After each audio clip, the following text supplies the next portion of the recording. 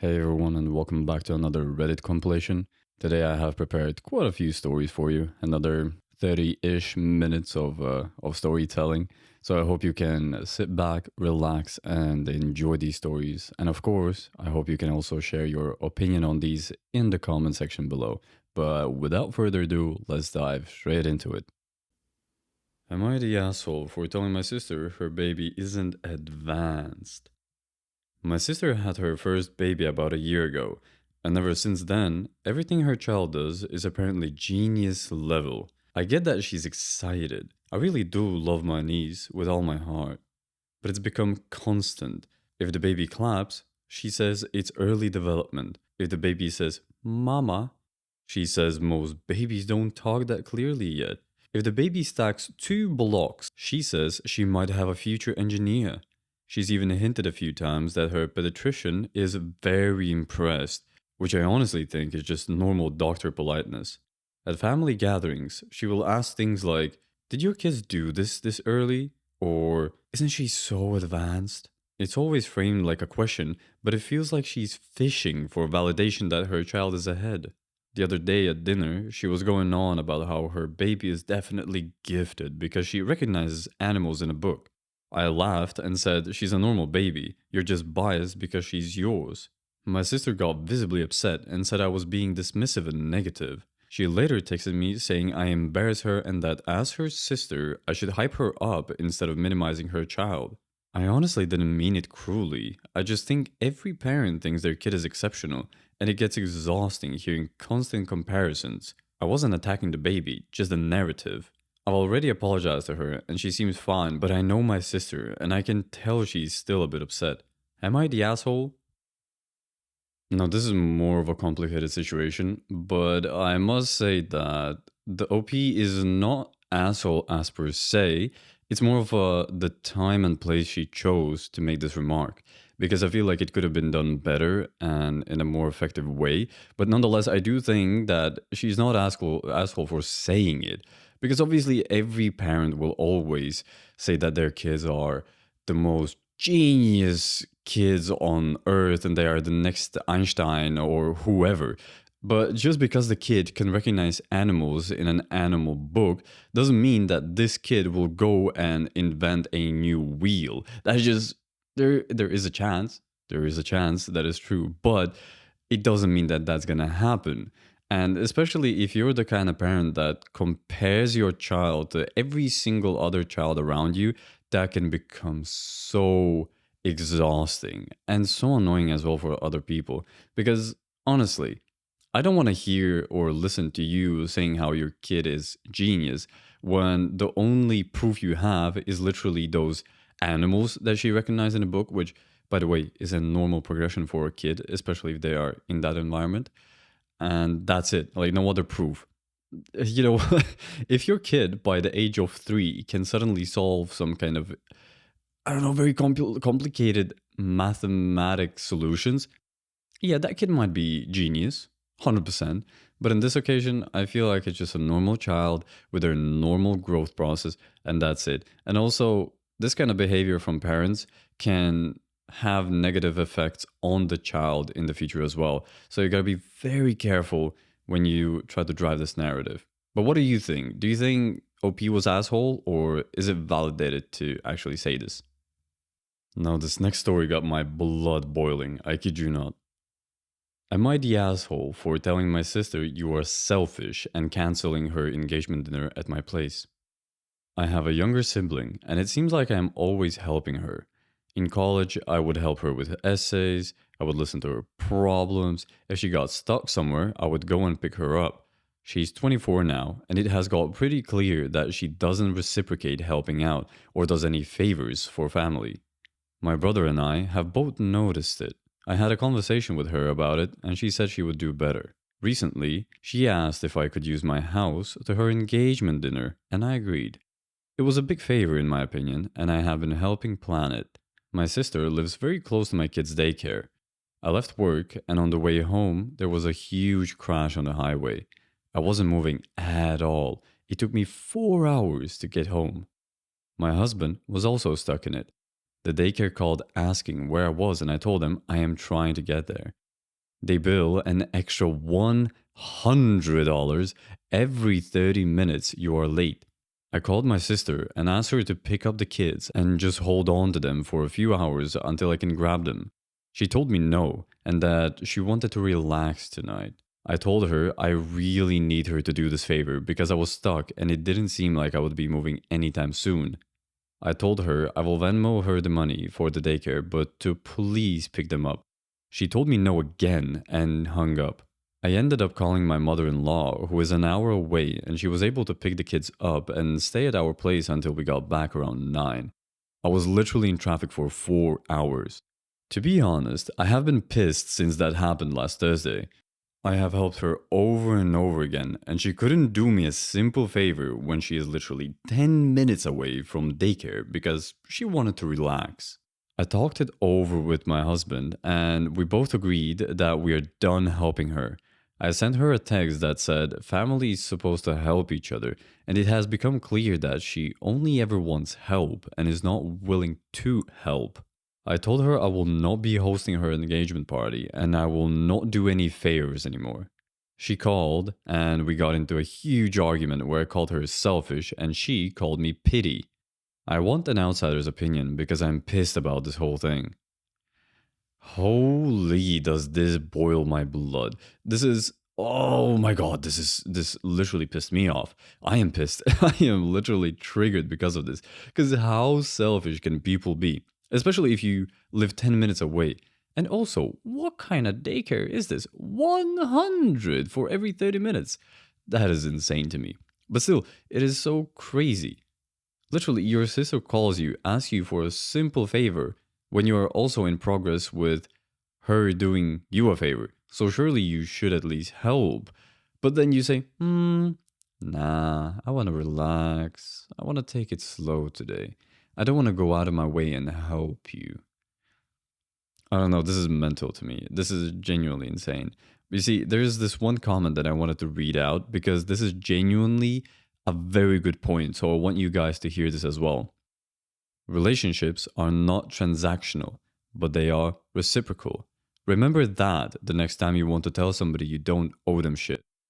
And this genuinely makes you think because, yes, it is not transactional, but you have to reciprocate it.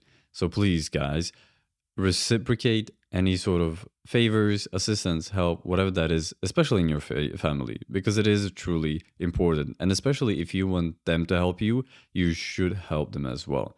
But yeah, nonetheless, let me know in the comments what do you think about this, because oh god, this genuinely made me so angry.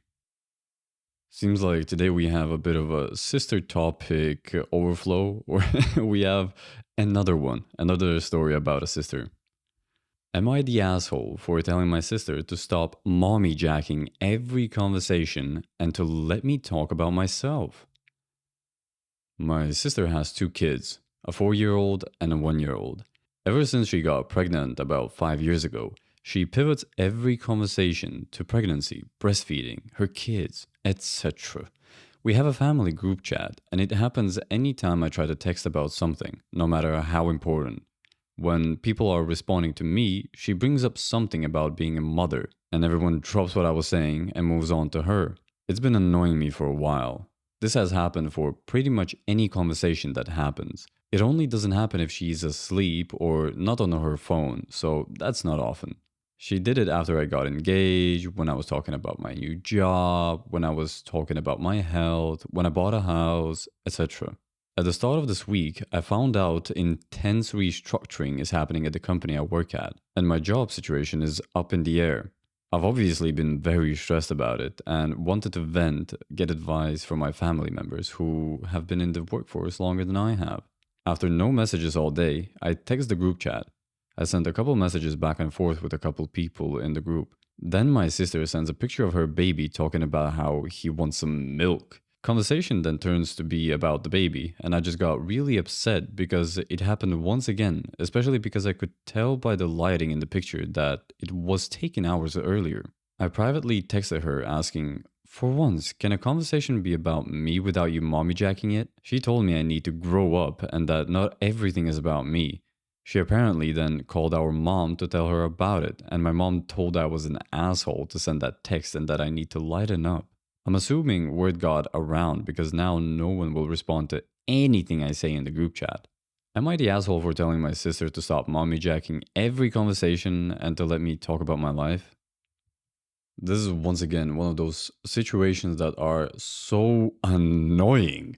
I don't understand. How can people be so obnoxious? I can't grasp it. Because this is true that the person is mommy jacking the conversation every single time, at least from the information that has been provided. Because as soon as she sends some messages, that woman just jumps in and talks about how her baby needs some milk. Like, what are you talking about?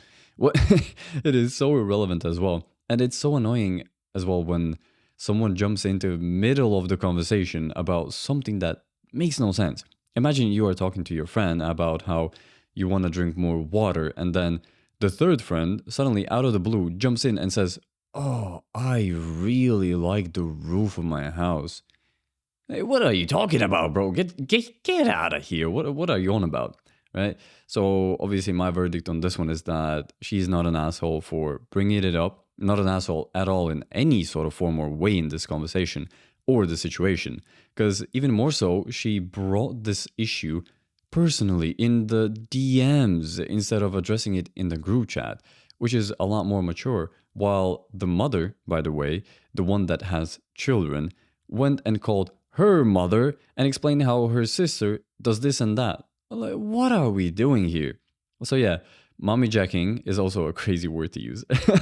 I've never heard it before, but now that's a peak word to use for someone who is a mother and hijacking the conversation or whatever that is. So yeah, kind of crazy. So she's not an asshole in my opinion, and the mother or that sister, she's annoying as hell, and you should just cut ties. And honestly, most importantly, you should, if you want to get some kind of opinion or advice or just vent to someone, you should do it personally. So in DMs, one to one, instead of a group chat. Because the group chat is simply not as efficient and it's not going to be as reliable, especially if you have someone who will jump into these conversations. So, yeah, not an asshole. But what do you guys think about this one? I'm sure all of us are annoyed by entitled people. I'm confident in that. And this next story is about an entitled family slash kid to an extent. So hear this one out. Am I the asshole for ignoring our friend on our trip to Mexico? Last year, around this time, my friends and I planned a trip to Cancun Dream Natura Resort and Spa. We all wanted to drink, eat, dance, and relax on the beach with no kids.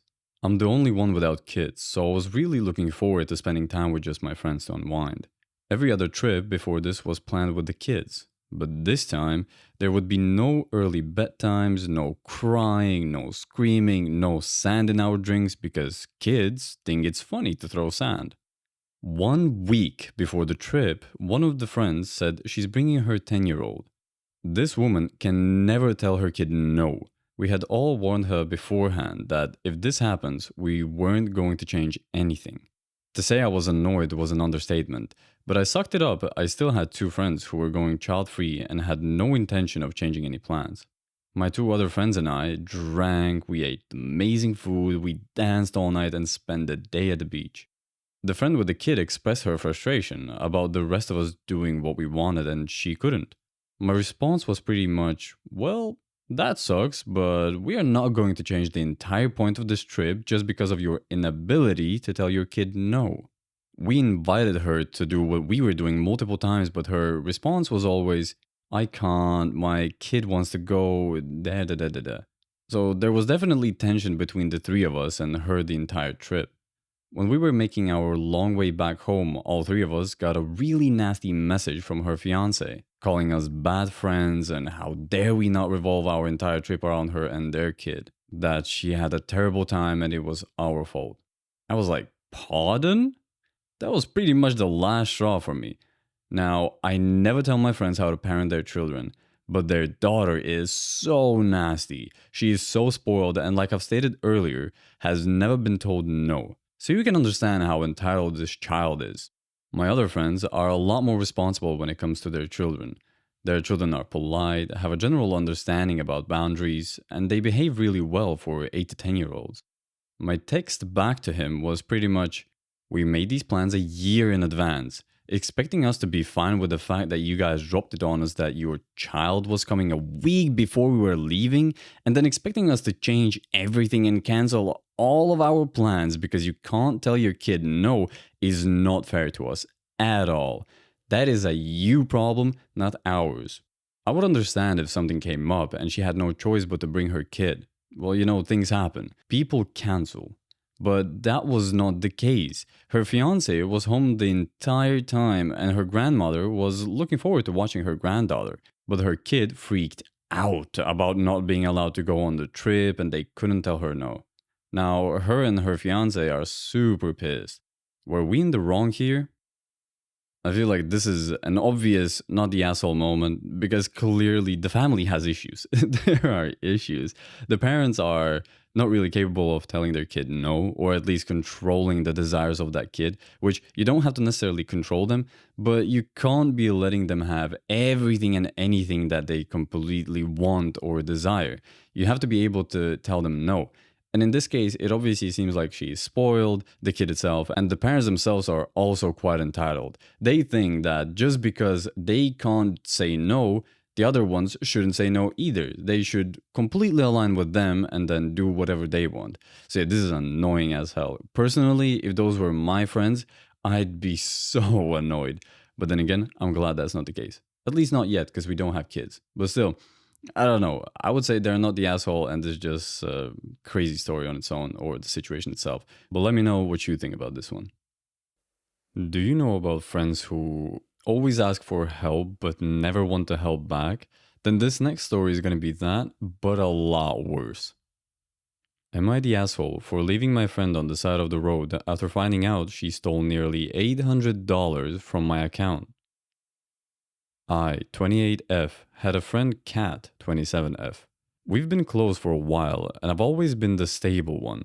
I make a decent amount of money and sometimes pay for dinners or shopping trips because I love my friends and enjoy spending time with them. A few months ago, a group of 6 of us, including our friend Cherie, met up to plan a 2-week girls' trip to New Orleans. Yes, it's 2 weeks. It took me and Cherie longer to decide where we would like to go. We agreed that each of us was to save $1,000 for their portion, and if you couldn't cover your part, you had to back out. We didn't want anyone being uncomfortable or having to pay more than they should. While we were hanging out, Kat asked to borrow my phone to call her boyfriend because hers was dead. She was gone for like 20 minutes, which I thought was weird, but figured they were just arguing as usual. Afterwards, she brought my phone back. Fast forward to more recently. I went to send Cherie money for the trip and noticed odd amounts of money taken. Originally thinking it was just autopay for utilities, but then after scrolling down, I saw there was $367 sent to a PayPal account. I immediately called my bank and asked if they could tell me more about the charges. It turns out Kat had stolen $783. She had linked my card to cash loading apps like Cash App or PayPal, labeling the transfers as gas or garbage bill. Kat has used my phone plenty of times, so now looking at it, she probably did find where my logins were. Yeah, they are in my phone notes. Whoopsie. I told my boyfriend about it, and he was also upset Kat would do this and wasn't surprised. And she does have a tendency to be impulsive and dumb. I was pissed. She was my friend and didn't even take time to ask me for help. She just decided to steal my money. Why? I wouldn't have done that to her. My boyfriend said I should confront her right away and demand my money back. I did take some time to think on it, and I invited her to go shopping for new outfits for the trip. Of course, Kat accepted my invitation, and I picked her up from her house. We talked like normal, work and boyfriend stuff. At first, I was just trying to see if she could admit it when it was just the two of us. But while we were looking around in the stores, I made sure I brought up that I didn't have enough money to spend a bunch on clothes to see if she would react. She just kept saying it's okay and that she can pay for her own. Kat isn't broke either, by the way, just sometimes I offer to pay for her stuff too. On the drive back, I did mention that my bank had flagged my account for fraud. This was also not true. I wanted to see what she would say, and that it would make it more difficult to get money for the trip. Then I asked if she could help cover my portion for the trip since she's my friend and I would owe her big time.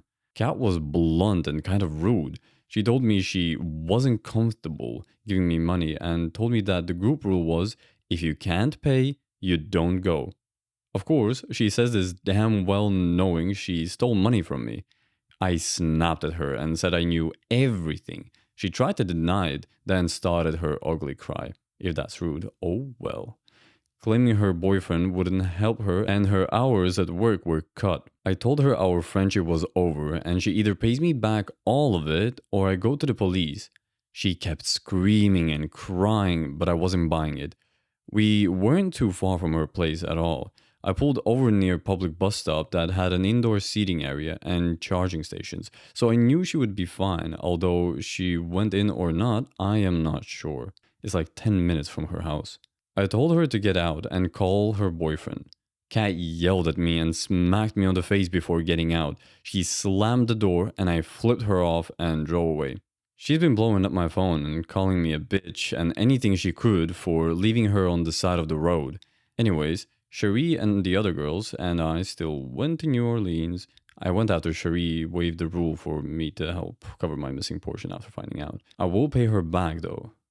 I've since involved the authorities and we're going to court to settle the money. Yes, it is small claims. She kept having her boyfriend message me to apologize, but I've blocked his number.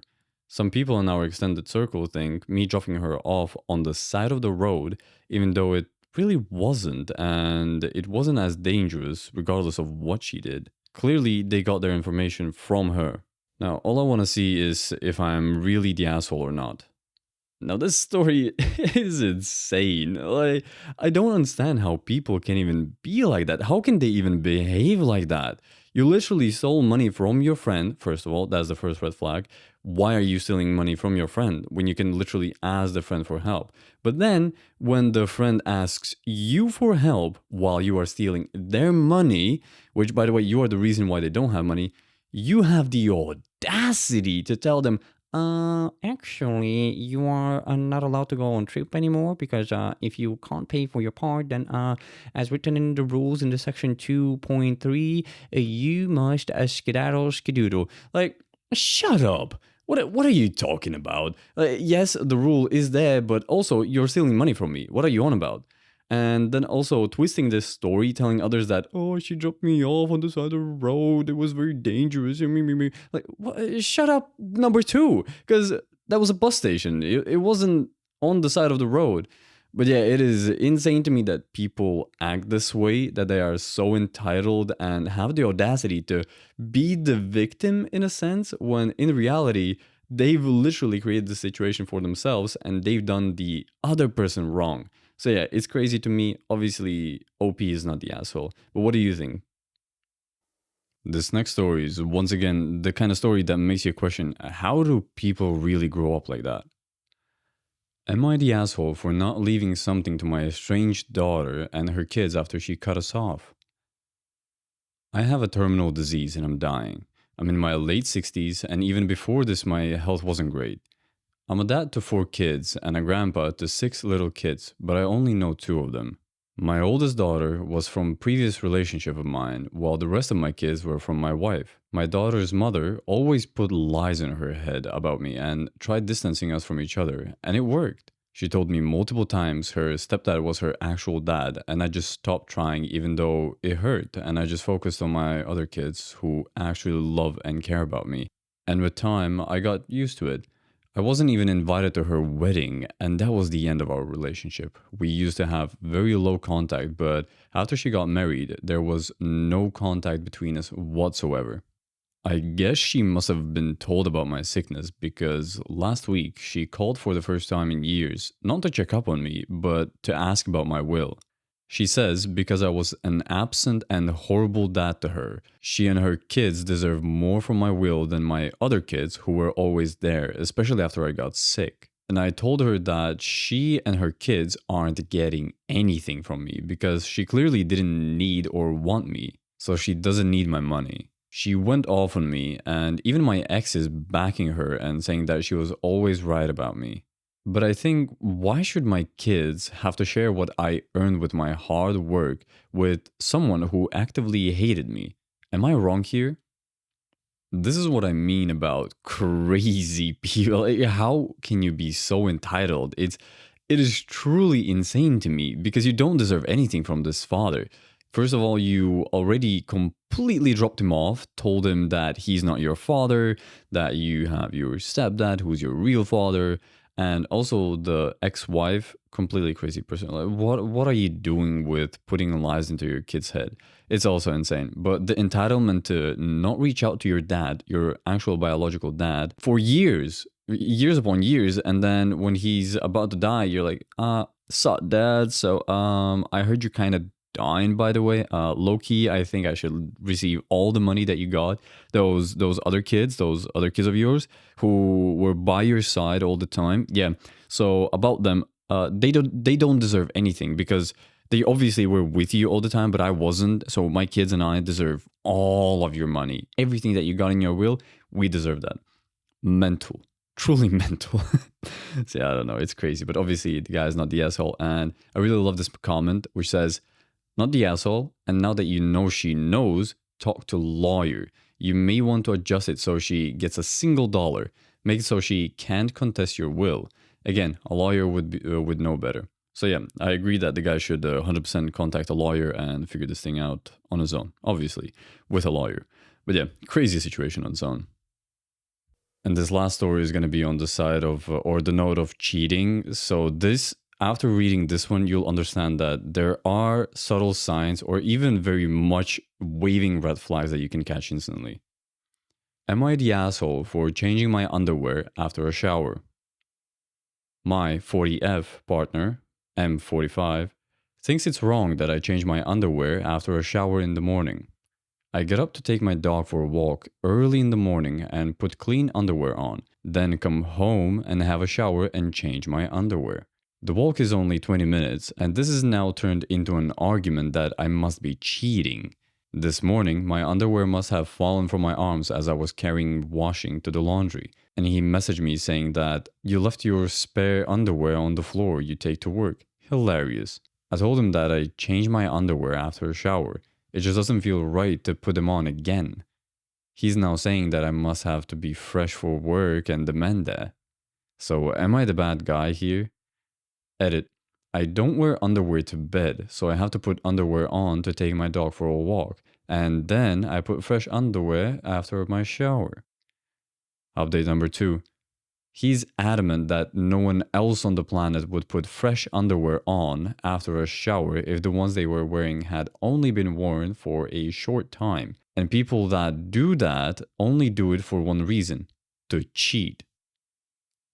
So, this is what I mean about those subtle signs, because, first of all, the OP, not the asshole, not at all. Not at all. And also, not cheating. But you see how the man, the guy himself, he is showing these feelings out like, oh, you must be cheating because you're a clean person and you change your underwear after having a shower in the morning, even though you just had a fresh underwear on like 20 minutes ago when you had your walk. Like, what? This, I kid you not, I am so confident that this guy must be either cheating or there has to be something that he has done or he's maybe in the process, because this is the clearest projecting I have ever seen, genuinely. And whenever I've read or heard a story about this sort of environment or this sort of case, it has always turned out to be the truth, that the guy is cheating or the woman is cheating when they are projecting it onto their partner, saying, oh, you did ABC, so it must mean that you are cheating, which is not the case. That equation is not 2 plus 2 equals 4. This is like asking 13 plus 20 equals 1.5. What are you on about, right? You're completely off. So that's why I'm saying that it is mental situation to have. I'm so sorry for OP. I would say she just needs to quit the relationship. Clearly, the guy has something to hide, something is going on, but oh well, it's their relationship to deal with. But nonetheless, let me know what you think about this one. Now, this is going to be it for today's episode. I hope you did enjoy these stories and I hope you enjoyed my narration and also hopefully you enjoyed the gameplay in the background. Let me know in the comments what you think of this video, what you think of these stories, what is your opinion, and if you have any recommendations, any kind of stories that you would like me to read out, you can submit them either in the Google form or you can let me know in the comment section below and I will read the comments and I would love to interact with you guys as well. But most importantly, I hope you had a relaxing and great time. And I'm wishing you an even more amazing time ahead, be it morning, evening, or midday, even. Whichever time you're listening to this, I hope you have a blessed one. And as always, much love.